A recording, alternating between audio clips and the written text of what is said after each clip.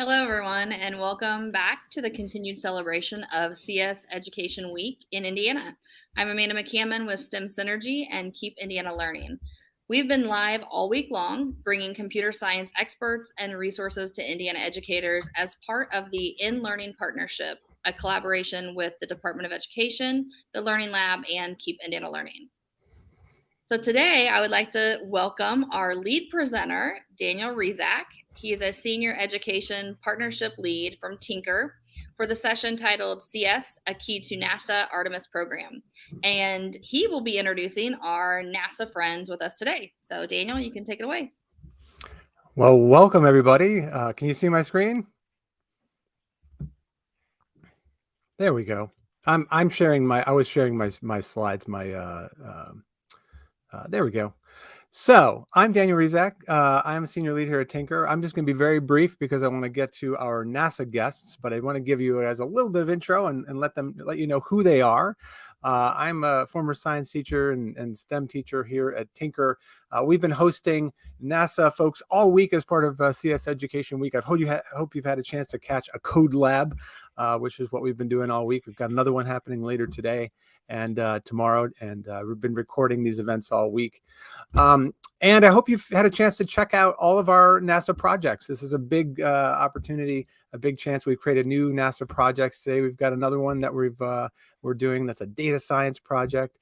It's really exciting. So definitely go to tynker.com/NASA and check out all the NASA projects that we have today. This is a big part. I want to make sure that you get a chance to ask questions of these NASA experts. So what we're doing here is, grab your phone. If you got a device, use that QR code, fill up our questions so we can answer those questions for you. We've got David Meza. He's going to answer your questions for you. And he is a data scientist, got a lot of the NASA knowledge. So that's GoTynker/CodeLabQ. And you can put in your questions. We'll give you a shout out to your school. I'd love to see who all is on today. So big opportunity and lots of fun there. So, okay. So who am I about to introduce here? So today you're going to hear from Alicia Baturoni Cortez. Alicia is a career STEM educator, 26 years experience creating engaging learning experiences and opportunities for students of all ages. She is a NASA education program specialist dedicated to sparking a light in students and educators. And so we are also going to be hearing here in just a moment from David Meza. David serves as and I just learned this the other day, the artificial intelligence machine learning R&D lead, and that sounds amazing, and a senior data scientist at NASA headquarters, and was also responsible for building aspects of information technology and IT systems at NASA. So everybody, please give a big hand and welcome to Alicia and Dave. Thanks, Daniel. Hopefully, Dave, can you give me a heads up or a thumbs up if you can? Oh, great, good. We've had a few technical difficulties. You see, I'm joining you from a public place here, trying to catch a flight back to Johnson Space Center. Sounds great. From Washington, D.C. So what I wanted to share with you briefly before the announcements start overhead is that NASA has a wealth of opportunities for educators to participate and to bring your students in to share the Artemis mission. The Artemis, there's a whole program of missions planned for the next decade of exploring the moon. And why are we going back to the moon? So if we can go to the next slide, I just wanted to share a little bit that we're going to the moon for many reasons. The name of the program is Artemis, and so you may have been familiar with the Apollo program, which was our first lunar exploration program that took us to the moon over 50 years ago. So it's been a minute since we've been, and we're really doing things that we've never done before.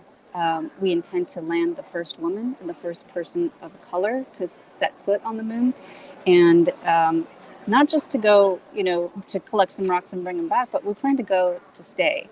And all of humanity's hopes and dreams will go with them. So if we go to the next slide, let's talk a little bit about how does computer science fit into that, because we need technology. We need students who have the skills, who have the interest, who have the passion to help us develop all the systems that we're going to need to pursue these amazing goals of exploration.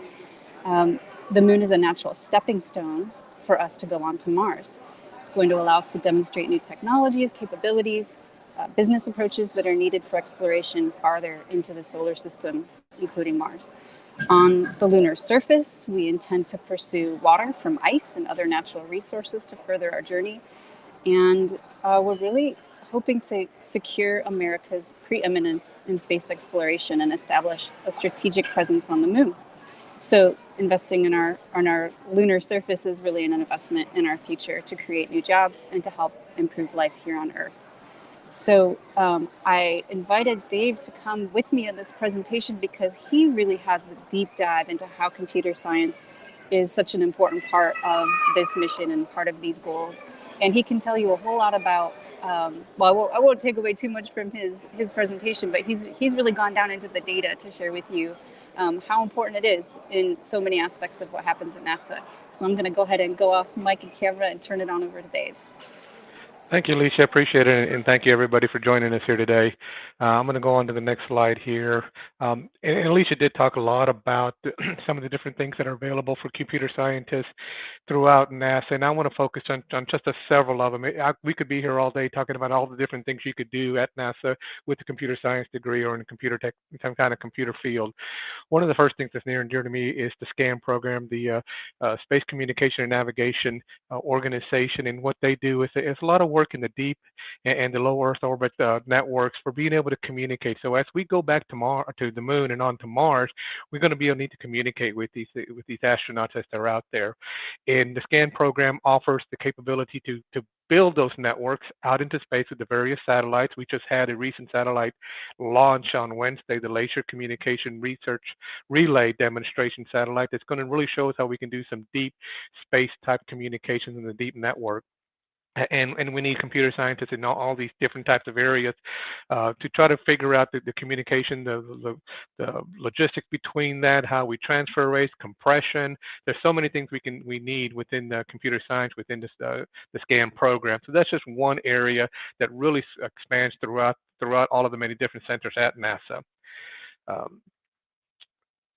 The other thing we can look at, of course, is the Katherine Johnson IV&V, the Independent Verification and Validation Center that's in West Virginia. That's actually where they look at different types of software and they make sure that it's appropriate, they validate and verify, and we have successful software capability. So if you're looking more towards an area where you want to make sure the software is working correctly, it's doing the right things, IV&V is a specific center just for all of our software needs. It's another area there where within NASA, computer scientists, programmers of all types, engineers of all types are necessary to try to look at this software and making sure it's working appropriately for our needs, and we keep the astronauts safe and we keep all the equipment working properly. Of course, one of the other things people see a lot of, and I'm trying to go show very different types of capabilities NASA have, and again, we can go through many different ones. The Hubble telescope is going to be launching soon, and you may look at this, you may look at Hubble, you see the images, and you say, what does a computer scientist here do? Well, I don't know if you can remember back in 2018, Katie Bowman, a computer scientist herself, created an algorithm to actually be able to see a black hole. Very exciting time for the field of space and the space exploration, but also a very great time for computer scientists to be able to create these type of things so that we can actually see these things deep in space with the algorithms that have been developed. So there's a lot of things you can do from many different areas, not even just in the scientific side, but also in the institutional side where I work in. I work in people analytics. So I'm going to dive a little deeper into what you can actually do even within people analytics with computer science degrees, with again, programming, data science skills. All of these skills are necessary and much needed throughout NASA.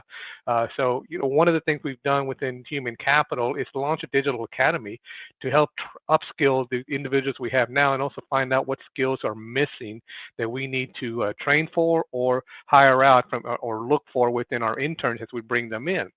One of my focuses in what I work on from a data science perspective, utilizing my computer science skills, is to develop a knowledge graph on how we compare our occupations to the skills we currently have within our individuals. So utilizing a lot of various algorithms, we're able to extract information in occupations of the skills that are necessary or needed for that occupation, and then compare that to the individuals based on their resumes, their position descriptions, their performance, and seeing, do we have the right skills necessary for the workloads that we're going to need. This is a project that I've been working on for the last year, developing these things, and I'm going to show you a little bit of how we do that, so you can see again what a computer scientist can really do. So here's a quick example in graph databases. If you're not familiar with them, or kind of an up-and-coming technology within the field, it's a NoSQL database, and it definitely needs a lot of interest from computer scientists and from programmers alike to be able to work with these things. So the top part is just the code itself, very small little query that looks at specifically our occupation classification 1550, which is computer scientists. So I'm only looking at computer scientists within NASA. Just a little background to that, the OPM classification codes are wide within the government. And there's many different classification codes for computer scientists, to electrical engineers, to information technology specialists. What we found out here in many of these analysis here is that while we have specific 1550s or computer scientists, there are a lot of other folks that are doing computer science work in many different occupations, from mechanical engineer to electrical engineer to even my occupation classification code, which is management analyst. But I still do a lot of data science and computer science type skills. And the graph on the right-hand side shows you the various different types of occupations associated to a computer scientist and the different types of work they may be doing. This is just an easy way to pull information out using your computer skills, your programming skills, to show what we see within an occupation here at NASA. So we even go even further than that. We can do a lot of different analysis coming into the data science type of capabilities that we need, which really comes from a lot of computer science skills. We're doing a lot of work on diversity, equity, inclusion, and accessibility within the government, and it's very easy through these graph databases start pulling this information out, utilizing different types of queries and programming skills and highlighting what we see. This is just a subset of the data, just so we can show it on the screen.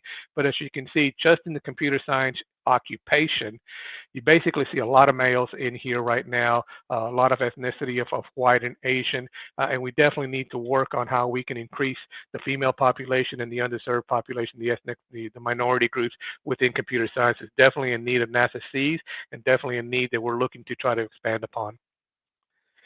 The other thing we can look at is the various types of education. So do you need a bachelor's degree? I mean, there are some that are below bachelor's degrees, but bachelor's degrees are definitely important within the computer science degree, but we also go all the way up to a doctorate within. So you see a lot of highly trained, highly skilled individuals within NASA, but they come from all wide ranges, and you can see the breakout between this.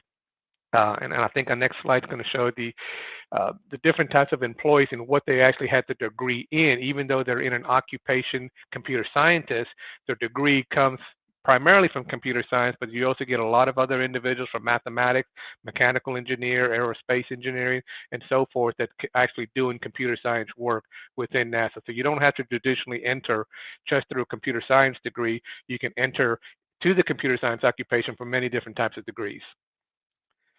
So lastly, that's I guess what I wanted to showcase really quick about the different types of occupations you can do at NASA with a computer science degree. We're looking for, again, for all different types. I didn't even get the chance to touch on what we're doing at Ames Research Center with high performance computing, to what we're doing at Glenn Research Center from propulsion or JSC down from human exploration. There's many different occupations and possibilities using computer science in all different types of fields. So I hope you enjoyed the presentation, and I'll be willing to take answers take questions now. Thank you, David. Should we roll that video, or should we end with the video? that video seems like it would be good if we let's launch that if we can. Let's launch the video.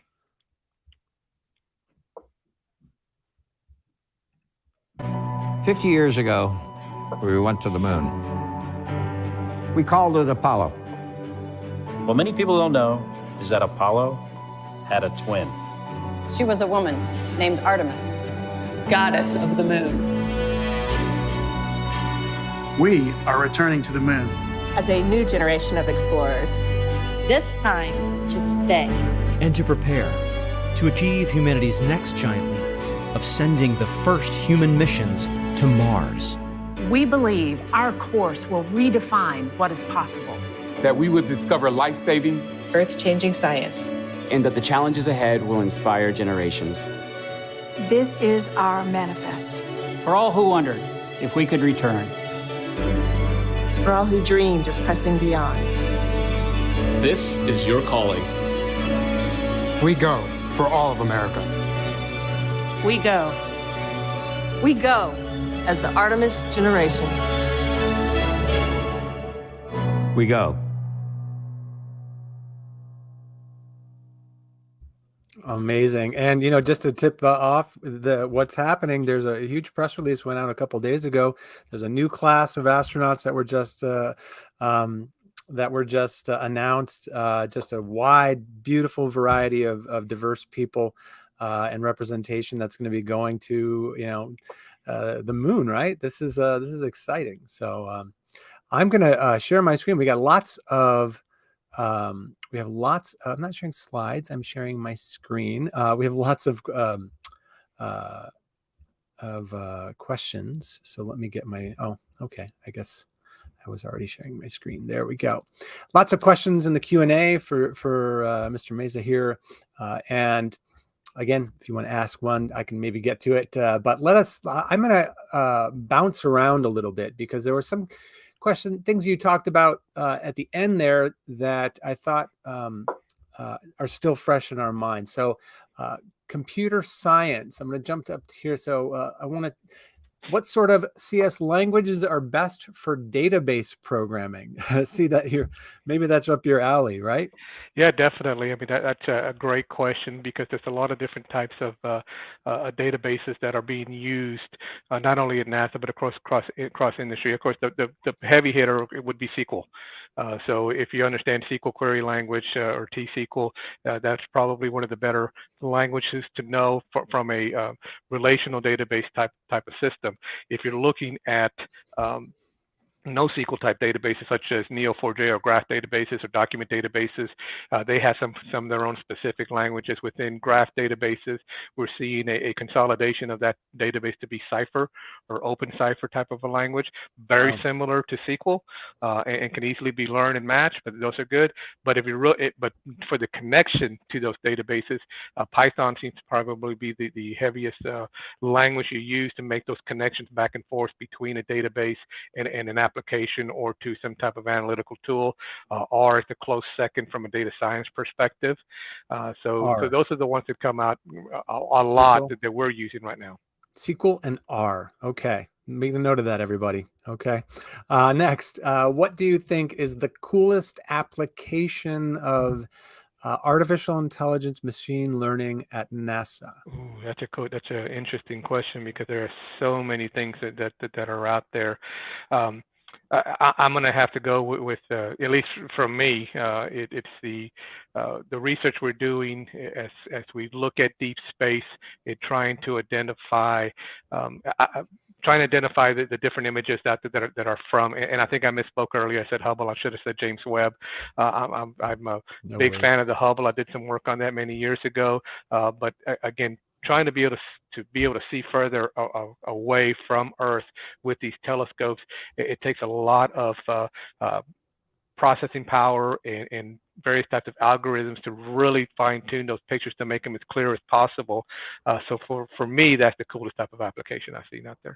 So we're finally getting to that point where, like, in the movies like 20 years ago, they'd be like, okay, zoom in on that image, and they'd go, and none of us really had that technology. We're actually getting to that point where that technology is really there. It's getting, at least it's getting to the point where we can do a computer rendition of it, a very clear computer rendition of what we think the object looks like, because it takes a lot of time, of course, for something being so far away to get enough light in to make that image, and we have to enhance that with the algorithms to make sure that we can see that properly. Gotcha. That's great. That's good to know. That's the future is now. I love this. So speaking of the James Webb Telescope, what is it going to be doing? What is I know that Hubble's got these great images of kind of looking far beyond into the cosmos. What's up? What's James Webb up to? It's basically the next generation of the Hubble. It's going to be able to take us further out into space to be able to capture these images, to try to identify black holes, to try to identify the different types of galaxies that are out there that we can see. I haven't done a lot of reading up or the actual mission of what James Webb is doing, but from what I understand, it's definitely the next iteration of Hubble to take us further out into space. All right. Now I might take you out of your comfort zone here a little bit, because a lot, students love to ask questions that are all totally off the beaten path. We do have a question from an Indiana school, 5th grader in Fishers, Indiana. How much energy does it take to get to the moon? It sounds to me like a Googleable question, but hey, we got, what do you think? Well, yeah, that's one that I'm not out of my area of expertise, Right. but it definitely does take a lot of fuel to get us out. To equate that to energy, I don't have the actual numbers right now, and I don't want to misspeak. Oh, that's okay. No, that's all right. We have a lot of those types of questions when it comes to some of the basics of NASA, and how does NASA, how does an astronaut brush their teeth? I think that we get that question a lot. Right. Let's see what else we have here. We have so how long does it take to get to the moon? Let's talk to maybe the moon or Mars. Again, this is that great school in Fishers, Indiana. They asked a lot of questions. Good. The moon, I'm trying to remember the actual, well, it depends on the, I want to say it's a couple of days up there to get to the moon. To Mars, we're looking at about a 9-month time frame. So let us, here's a computer science question for you. What are the different types of computer programming languages that somebody should, if they're studying now, not just database, but if they're getting ready and they want to become, dig in deeper, what should they be learning now? What are the different types of code? Well, there's a lot of different types of code, and a lot of it depends on the area of interest in which way they're going. But Python, of course, is probably one of the most prolific type of language that is out there, because it's you can use that Python for many different aspects of computer science and data science.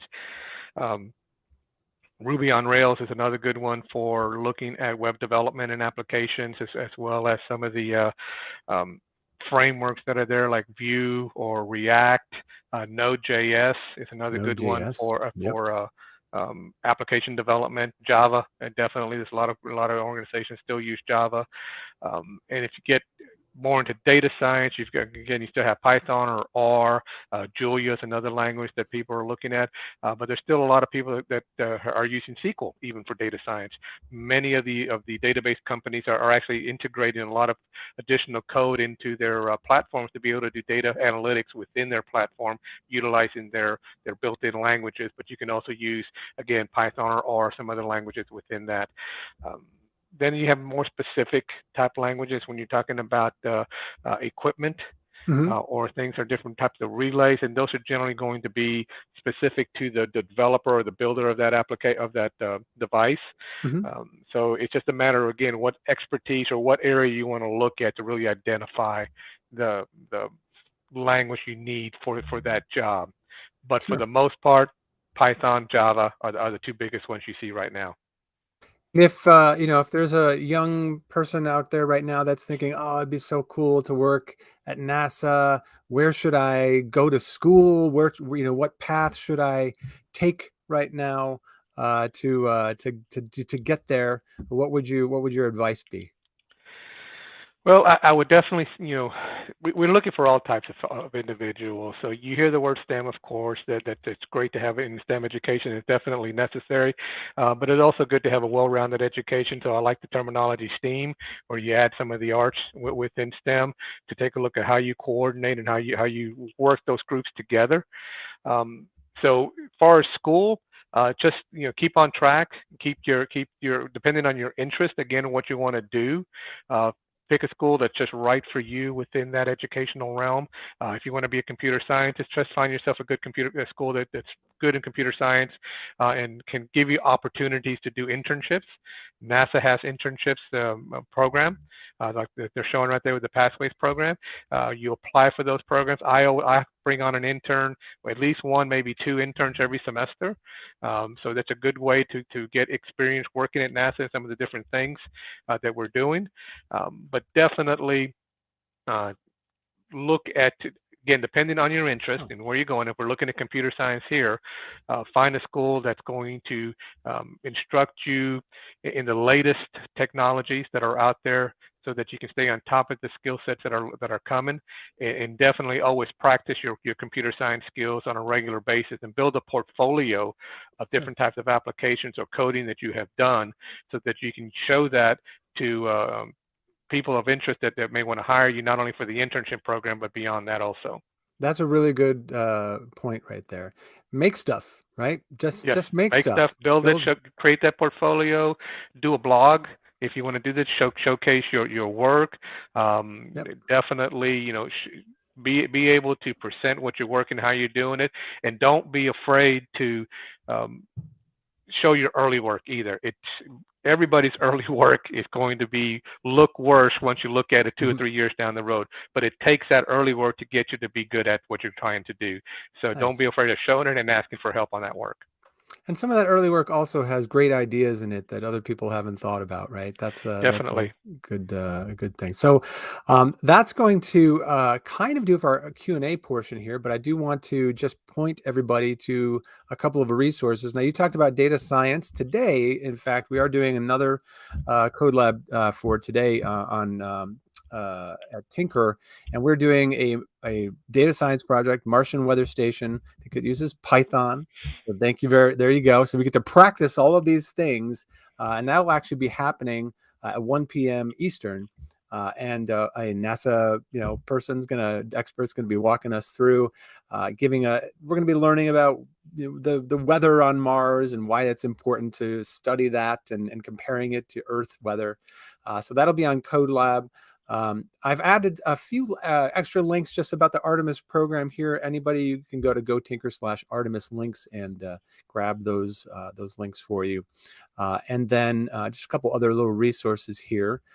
There is also, if you've missed one of our shows, you want to go back and do some coding with your students, you can do this all year. You can go back next week, tomorrow, and watch any of these. We've done Earth as Art. We're doing that one tomorrow. We've already done, build your lunar landscape and your lunar habitat.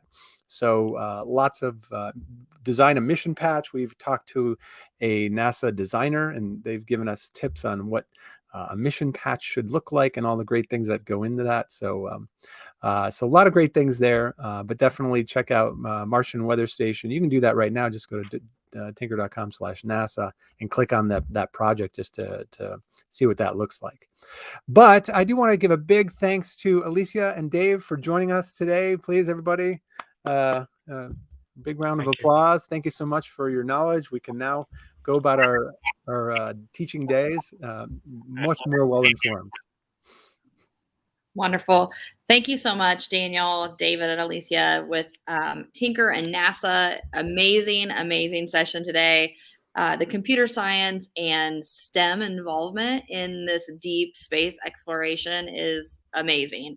And our students, what's so exciting for me as an educator is that our students are right there on the brink of getting involved. They're doing the legwork now to prepare themselves and build that inquiry and interest, and then they're going to be able to step out into the workforce, into post-secondary or into the workforce, and get involved in some of this deep space exploration. So it's so interesting. I know it makes me want to go back and do some more studying and get out there and explore space myself because it's super interesting. So thank you so much for engaging with us on this topic today.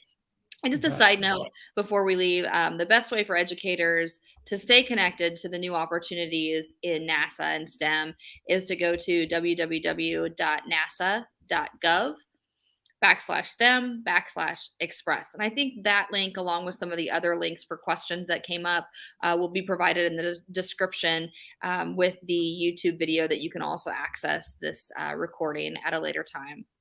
So as a reminder, tune back in at 1 o'clock for a 3-hour series of a variety of computer science sessions with Keep Indiana Learning and the InLearning Partnership from various experts within the computer science field. Those will be rotating every 30 minutes, so there'll definitely be a lot to view and to learn for educators across the state of Indiana. So thank you again for our presenters from Tynker and NASA, and we will see you shortly. Thanks so much. Thanks, everyone.